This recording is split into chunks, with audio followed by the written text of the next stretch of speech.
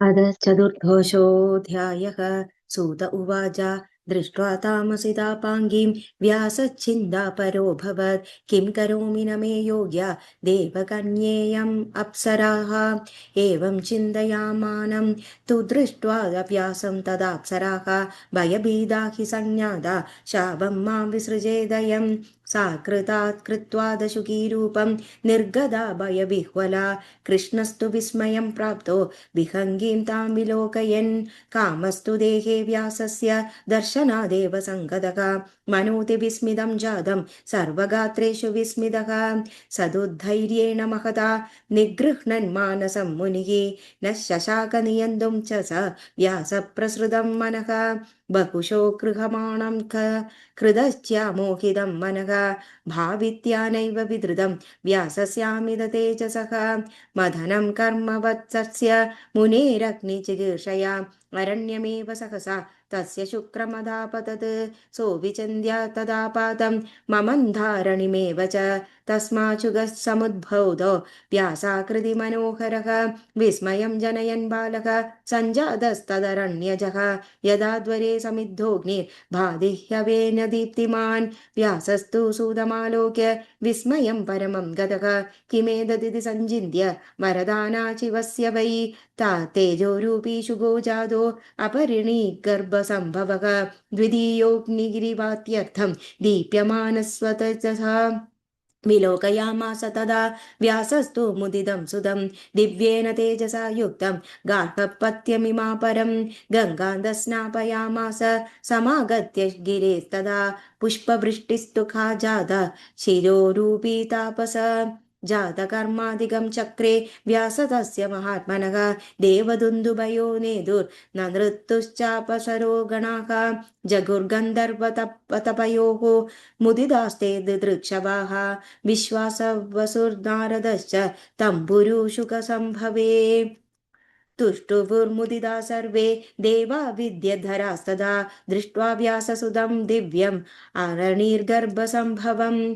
अन्तरीक्षात् पपातोर्व्यं दण्डकृष्णाजिनं शुभं कमण्डलुस्तदा दिव्य शुगस्यार्थे द्विजोत्तम। सद्य सर्ववृदे बालो जातमात्रोदीप्तिमान् तस्योपनयनं चक्रे व्यासो विद्याविदानवत्।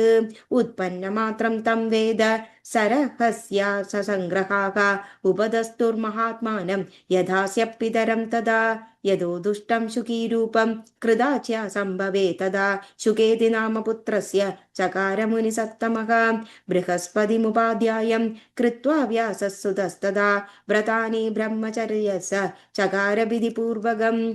सोऽधीत्यस्निखिलान् भेदान् सरहस्यान् ससङ्ग्रहान् धर्मशास्त्राणि सर्वाणि कृत्वा गुरुकुले शुकः गुरवे दक्षिणां दत्त्वा समावृत्तो मुनिस्तदा आजगामपितुः पार्श्वं कृष्णद्वैपायनस्य च। दृष्ट्वा व्यासशुकं प्राप्तं प्रेम्णातोऽय ससम्भ्रमम् आलिलिङ्गमुहूर्घ्राणं मूर्ध्नि तस्य चकारः।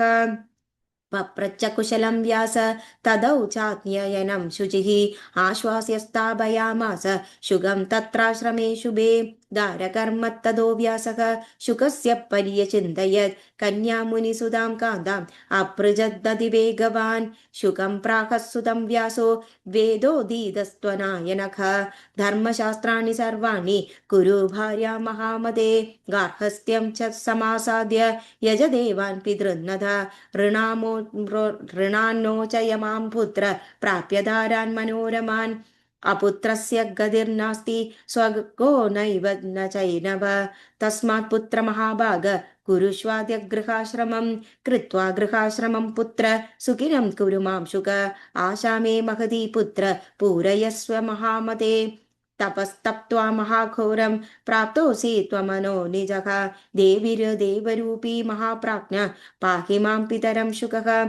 सूत उवाच इति वादिनभ्यासे प्रातःप्राकशुकस्तदा विरक्तसोऽधिरक्तं तं साक्षात् पितरमात्मनः। शुक उवाच किं त्वं वदसि धर्मज्ञ वेदव्यासमहामदे तत्त्वेन शादिशिष्यं मां तत्त्वदाज्ञां करवाण्यमम्।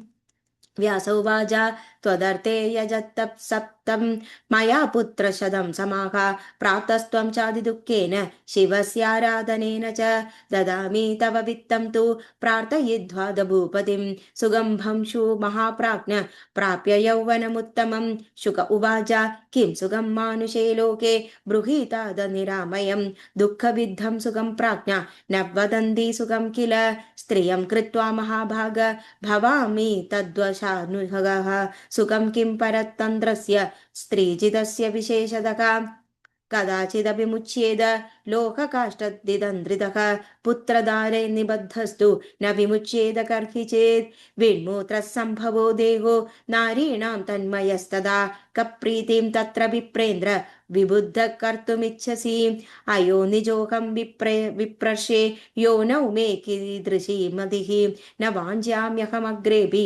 योनावेव समुद्भवं वीट्सुखं किमुवाञ्छामि त्यक्तात्मसुखमद्भुतम् आत्मा रामश्च भूयोऽपि न भवित्यदि लोलुपः प्रथमं पठिता वेदा मया विस्तारिताश्च ते हिंसा मयास्ते पठिताः कर्ममार्गप्रवर्तकाः बृहस्पतिर्गुरुप्राप्तः सोऽभिमग्नो गृहार्णवे अविद्याग्रस्तहृदयः कथं तारयितुं क्षमः रोगग्रस्तो तदा यथा वैद्यः पररोगचिकित्सकः तदा गुरुर्मुमुक्षर्मे गृहस्थोऽयं विडम्बना कृत्वा प्रणामं गुरवे त्वत्स्यमीपामुगागतः त्राहि मां तत्त्वबोधेन भीदं संसारसर्पदः संसारेऽस्मिन् महाघोरे भ्रमणं नभचक्रवद् न च विश्रमं क्वापि सूर्यस्येव दिवानिशि किं सुखं तात संसारे निधनत्वविचारणात् मूढानां सुखबन्तिस्तु विट्सु कीडसुखं यथा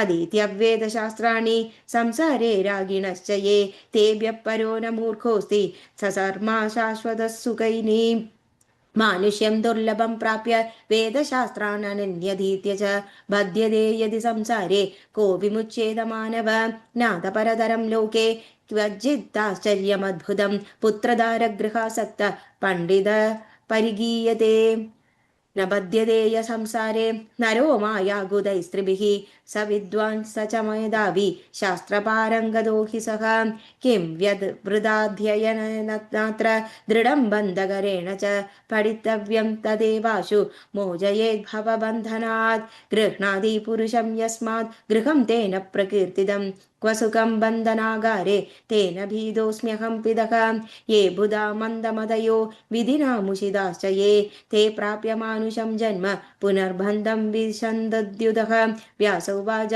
न गृहं बन्धनागारं बन्धनेन च कारणं मनसा यो विनिर्मुक्तो गृहस्थो विमुच्यते न्यायागतनदर कुर्वन् वेदोक्तं विधिवत् क्रमात् गृहस्थो विमुच्येद श्राद्धकृत् सत्यवाक्शुचिः ब्रह्मचारी यदिश्चैव मानप्रस्थो व्रतस्थितः गृहस्थं समुपातेन्द मध्याह्नादिक्रमे सदा श्रद्धया चान्नदानेन वाचा सुहृदया तदा उपकुर्वन्ति धर्मास्त गृहाश्रमनिवासिनः गृहाश्रमात् परो धर्मो न दृष्टो न च वैश्रुतः वासिष्ठादिभिराचार्यैः ज्ञातिभिः समुपाश्रितः किमस्साध्यं महाभाग वेदोक्तनिच्च कुर्वतः स्वर्गं मोक्षं च सज्जन्म यद्यदाञ्चति तद्भवेत् आश्रमादाश्रमं गच्छेत् इति धर्मविदो विदुः तस्मादग्निं समाधाय कुरु कर्मण्यतन्द्रितः देवान् प्रतिन्मनुष्याश्च सन्दर्प्य विधिवस्तुतः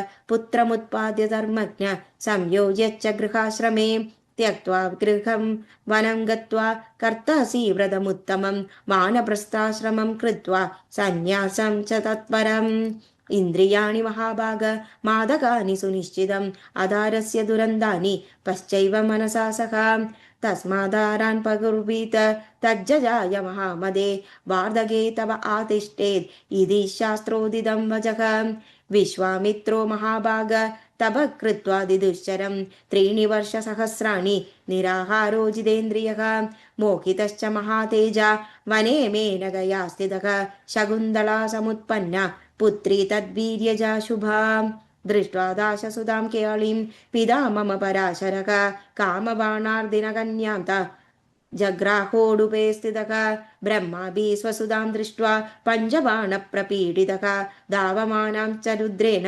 मूर्छितश्च निवारितः तस्मात् तत्त्वं कल्याण कुरु मे वचनं हितं कुलजां कन्यकां वृत्वा वेदमार्गं समाश्रय। इति श्रीदेवी भागवते प्रथमस्कन्धे चतुर्दशोऽध्यायः। Thank you.